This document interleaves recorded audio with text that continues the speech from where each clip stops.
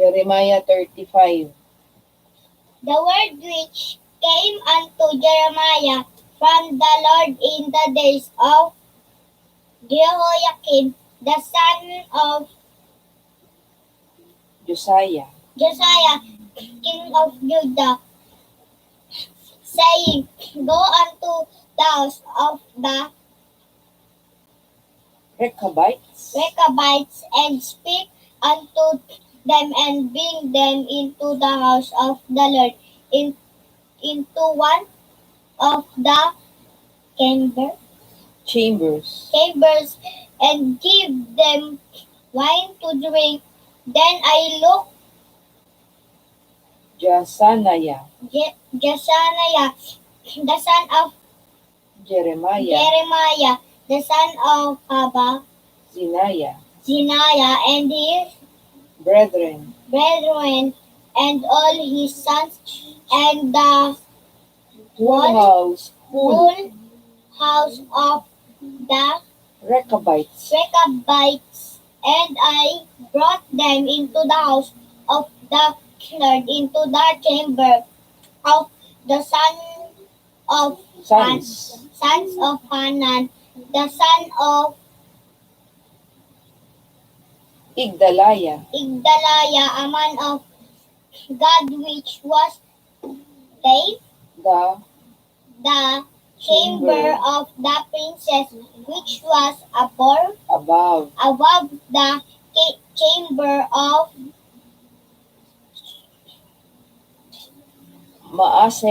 Maaseiah, the son of Shallum, the keeper of the door. And I set before the sons of the house of the Rechabites, pots full of wine and cups. And I said unto them, Drink ye wine.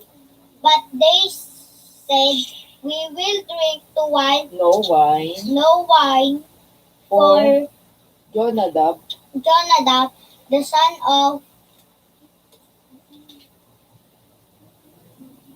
Rechab, our father, commanded us, saying, Ye shall drink no wine, neither ye nor your sons of forever. forever. Verse 7, El Cid. Hanggang Verse 7 lang po. Jeremiah 35:7, El Cid. Neither shall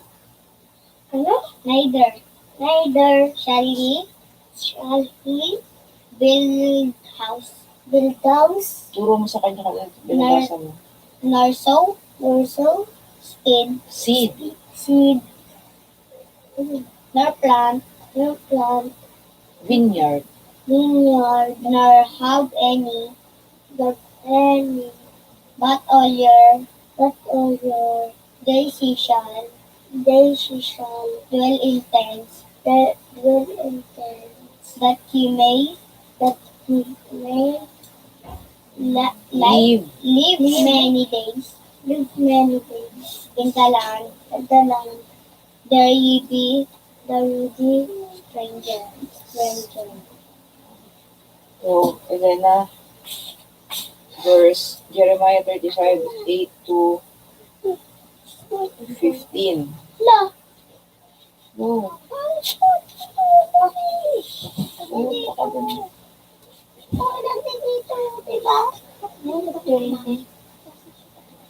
Go, Elena. Kasama mo. Chapter 35, Jeremiah, verse 8 to 15. Elena. 15. Opo. Okay. Neither shall he bag. Thus have we obeyed the voice of Jonadab, the son of Jacob, our fathers, in all that he had changed us to drink to wine all harsh days. We are wives, our sons, nor our daughters, nor to build houses for us to dwell in neither have a Have we vineyard, vineyard, nor field, nor field, nor seed, but we have dwelt in tents, and have obeyed and done obeyed to all that all that Jonadab, our father commanded us. But it came to pass when Nebuchadnezzar, king of Babylon, came up came up into the land, that we said, Come and let us go to Jerusalem for fear of the army of the Chaldeans,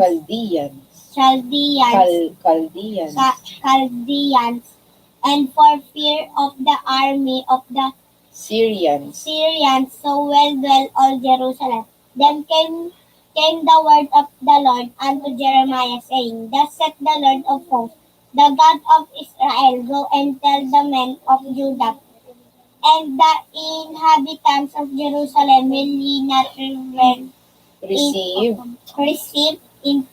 instruction to hearken to my words, saith the Lord. The words of Jonadab, the son of Rechab, that he commanded his sons not drink wine, are performed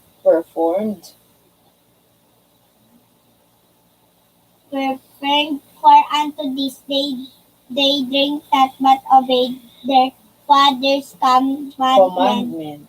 Notwithstanding, I have spoken unto you, rising early, and speaking, but ye hearkened not unto me. I have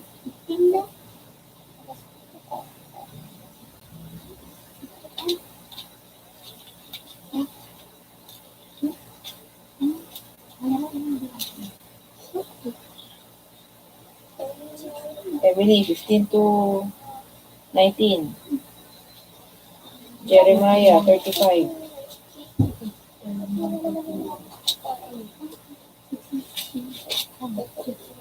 Go ate. Punta ka na doon. MJ. 14 to 14, 15, 16.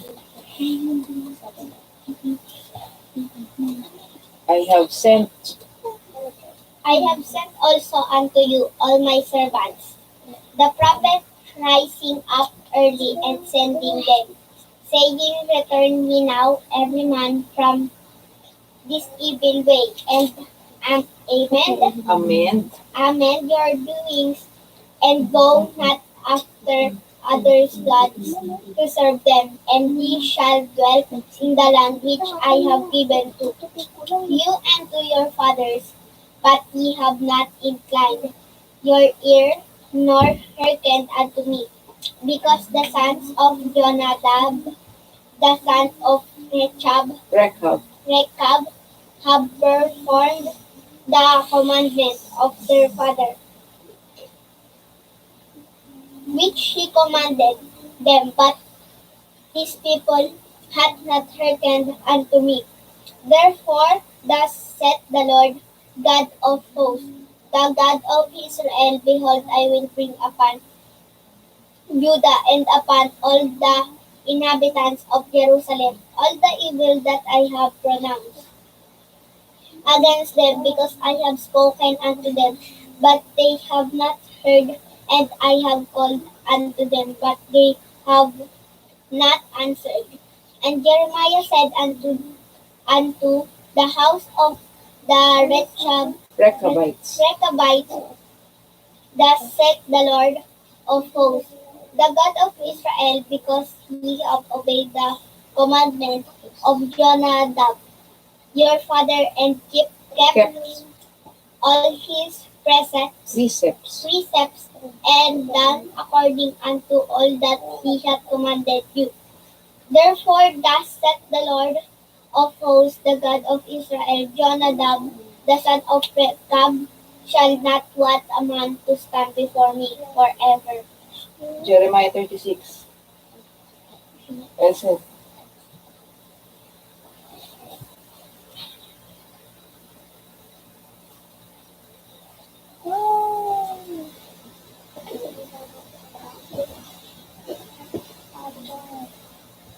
And it came to pass in the 4th year of Jehoiakim the son of Josiah king of Judah, that this word came unto Jeremiah from the Lord, saying, Take thee a roll of a book, and write therein all the words that I have spoken unto thee against Israel, and against Judah, and against all the nations, from the day I spake unto thee, from the days of Josiah, even unto this day. It may be that the house of Judah will hear all the evil which I purpose to do unto them, that they may return every man from his evil way, that I may forgive their iniquity and their sin. Then Jeremiah called Baruch the son of Neriah, and Baruch wrote from the mouth of Jeremiah all the words of the Lord, which he had spoken unto him, upon a roll of a book. And Jeremiah commanded Baruch, saying, I am shut up, I cannot go into the house of the Lord. Therefore go thou and read into the roll which thou hast written from my mouth.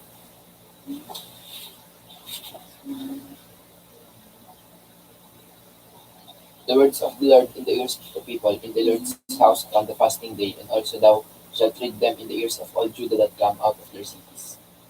Maybe they will present their supplication before the Lord, and will return every one from his evil way, for great is the anger and the fury that the Lord hath pronounced against his people. And Baruch the son of Neriah did according to all that Jeremiah the prophet commanded him, reading in the book the words of the Lord in the Lord's house. And it came to pass in the 5th year of Jehoiakim the son of Josiah king of Judah, in the 9th month, that they proclaimed a fast before the Lord to all the people in Jerusalem, and to all the people that came from the cities of Judah unto Jerusalem. Then read Baruch in the book the words of Jeremiah in the house of the Lord, in the chamber of Gemariah the son of Shaphan the scribe, in the higher court, at the entry of the new gate of the Lord's house, in the ears of all the people. When Micaiah the son of Gemariah the son of Shaphan had heard out of the book all the words of the Lord, then he went down into the king's house, into the scribe's chamber, and lo, all the princes sat there, even Elishama the scribe, and Delaiah the son of Shemaiah, and Elnathan the son of Akbor, and Gemariah the son of Shaphan, and Zedekiah the son of Hananiah, and all the princes. Then Micaiah declared unto them all the words that he had heard, when Baruch read the book in the ears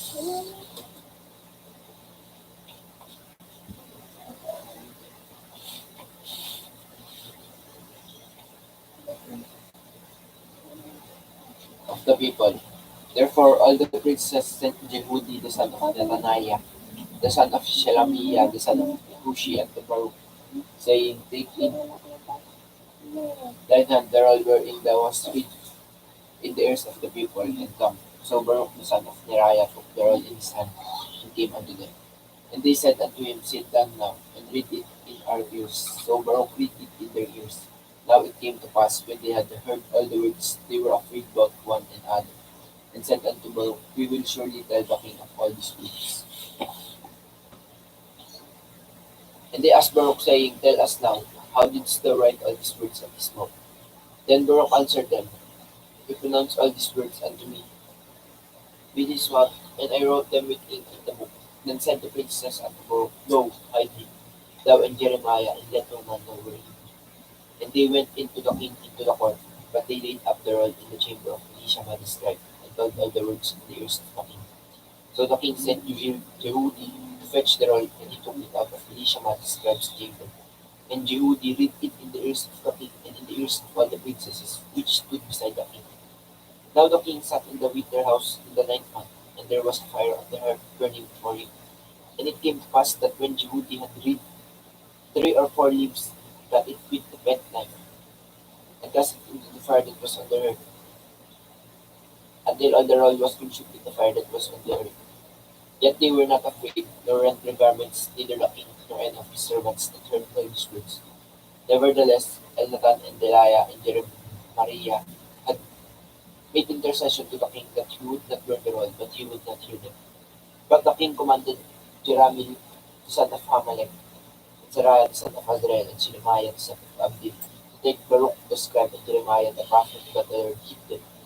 Then the word of the Lord came to Jeremiah after that the king had burned the roll, and the words which Baruch wrote at the mouth of Jeremiah, saying, Take thee again another roll, and write in all the former words that were in the first roll, which Jehoiakim the king of Judah had burned. And thou shalt say to Jehoiakim, king of Judah, Thus saith the Lord, thou hast burned this scroll, saying, Why hast thou written therein, saying, A king of Babylon shall certainly come and destroy this land, and shall cause to cease from thence man and beast. Therefore thus said the Lord of Jehoiakim king of Judah, He shall have none to sit upon the throne of David, and his dead body shall be cast out in the day of the day, and in the night of the frost. And I will punish him and his seed and his servants for their iniquity, and I will bring upon them, and upon the inhabitants of Jerusalem, and upon the men of Judah, all the evil that I have pronounced against them, but they have not done. Then took Jeremiah another roll, and gave it to Baruch, the scribe, the son of Neriah, who wrote wherein from the mouth of Jeremiah all the words of the book which Jehoiakim king of Judah had burnt with the fire, and there were added besides unto them many like words. Jeremiah 37.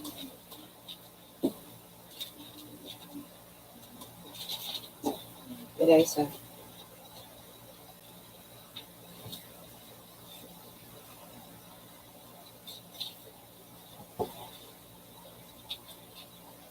And King Zedekiah, the son of Josiah, reigned instead of Coniah, the son of Jehoiakim, whom Nebuchadnezzar, king of Babylon, made king in the land of Judah.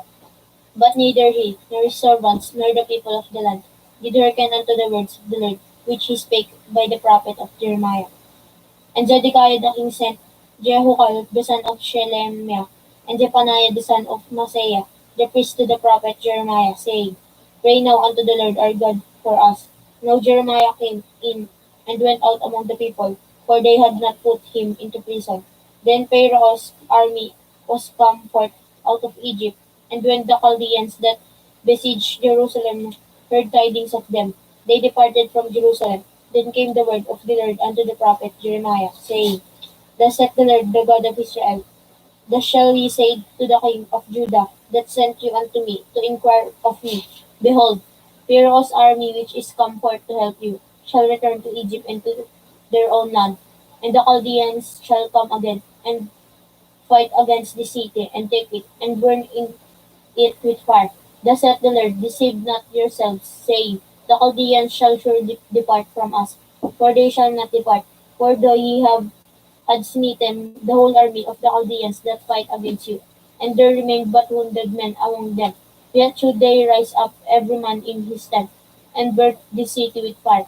And it came to pass that when the army of the Chaldeans was broken up from Jerusalem for fear of Pharaoh's army, then Jeremiah went forth out of Jerusalem to go into the land of Benjamin, to separate himself thence in the midst of the people.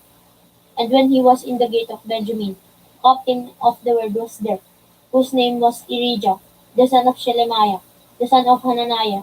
And he took Jeremiah the prophet, saying, Thou fallest away to the Chaldeans. Then said Jeremiah, It is false, I fall not away to the Chaldeans. But he hearkened not to him. So Irijah took Jeremiah and brought him to the princess. Wherefore the princes were wroth with Jeremiah, and smote him, and put him in prison in the house of Jonathan the scribe, for they had made the prison. When Jeremiah was entered into the dungeon and into the cabins, and Jeremiah had remained there many days, then Zedekiah the king sent, and took him out. And the king asked him secretly in his house, and said, Is there any word from the Lord? And Jeremiah said, There is. For said he, Thou shalt be delivered in the hand of the king of Babylon. Moreover Jeremiah said unto Zedekiah, What have I offended against thee, or against thy servants, or against these people, that ye have put me in prison? Where are now our prophets which prophesied unto you, saying, The king of Babylon shall not come against you, nor against this land? Therefore hear now, I pray thee, O my lord the king, that my supplication, I pray thee, be accepted before thee, that thou cause me not to return to the house of Jonathan the scribe, lest I die there. Then Zedekiah the king commanded that they should commit Jeremiah in the court of the prison, and that they should give him daily a piece of bread out of the baker's street, until all the bread in the city were spent. Thus Jeremiah remained in the court of the prison.